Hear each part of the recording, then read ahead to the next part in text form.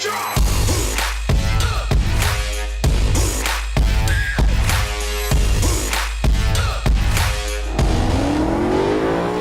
les amis, j'espère que vous allez bien. Malgré les apparences et le fait que je sois super bien entouré, j'ai un gros problème. Je viens de m'en rendre compte, je n'ai pas de réseau. Je ne connais absolument personne.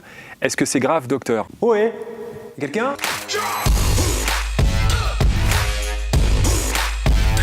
Donc réseauter est devenu une norme sociale entrepreneuriale, sauf que moi ça me gêne. Je pars de loin, je suis certes un animal social, un homo sapiens, mais ça me plaît pas. Je n'aime pas faire ce qui ne me correspond pas, tout simplement. J'accroche pas.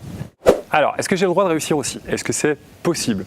Ou est-ce que vous savez, c'est les bien-pensants, ceux qui vous assènent des vérités préfabriquées du genre « Tiens, comment ça, tu n'as pas de réseau? Tiens, comment ça, tu ne connais personne ?» Non, boum, boum, j'ai décidé d'arrêter avec ces gens-là et tout simplement d'aller et d'essayer de réseauter. Et j'en ai tiré des conclusions, 5 contre-arguments que je vous propose simplement de vous révéler tout de suite. C'est parti, allons-y. Eh ben écoutez, c'est une vaste perte de temps. Premier point, c'est ce que j'ai pu remarquer. Je me revois seul à côté du buffet, les mains grasses, le regard hagard, un peu perdu, en train de discuter, en tout cas d'essayer de discuter. Et là, je tombe sur Stéphane, gestionnaire de patrimoine. Alors c'est vrai que ça paraissait sympa, mais gestionnaire de patrimoine, c'est pas un bon plan. Le gars m'a attrapé au mollet, il m'a plus lâché.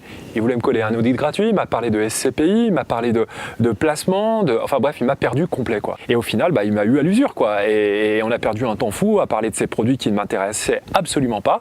Et moi, je reviens à ce que je disais, et j'en discutais avec un ami. Je pense qu'aujourd'hui, ces speed dating, ces speed meetings, appelez ça comme vous voulez, ces petits déjeuners d'affaires, ces after work sont là pour perdre du temps. En tout cas, ils m'ont fait perdre du temps parce que les gens sont là pour vous prendre votre valeur ajoutée, sont là pour vous prendre votre temps, votre argent quelque part, parce qu'ils ont payé pour vous manger votre moelle, quoi, parlons concrètement. Donc stop, j'en fais plus, c'est fini. Alors deuxième aspect, c'est une atteinte à mon avis à la méritocratie. C'est-à-dire que les réseauteurs se font travailler entre eux, sous-entendu dans leur club d'affaires. Hein. Sauf que moi j'ai une question.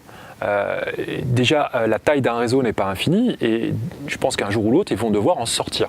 Deuxième point, et c'est vraiment la vraie question, c'est est-ce que je dois travailler avec Jean-Pierre, mon copain du vendredi matin parce que c'est, je dirais, mon meilleur copain professionnel, ou est-ce que c'est parce qu'il est compétent?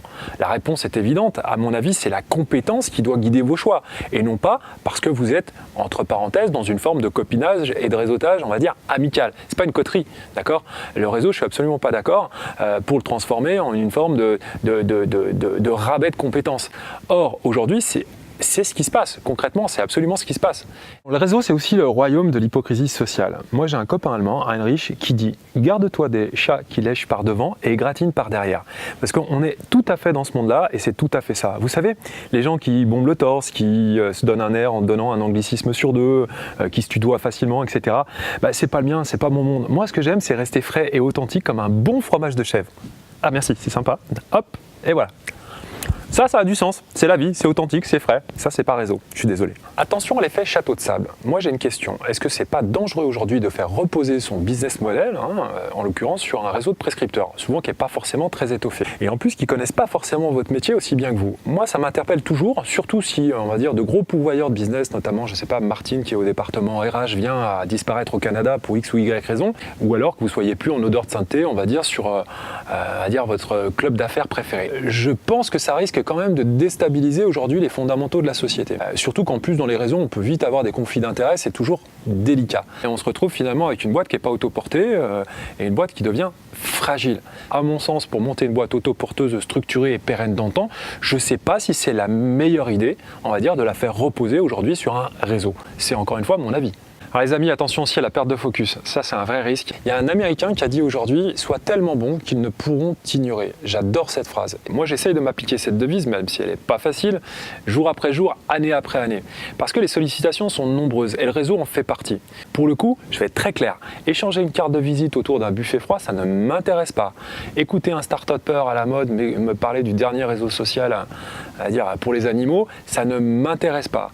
Moi je veux rester focus sur mon métier.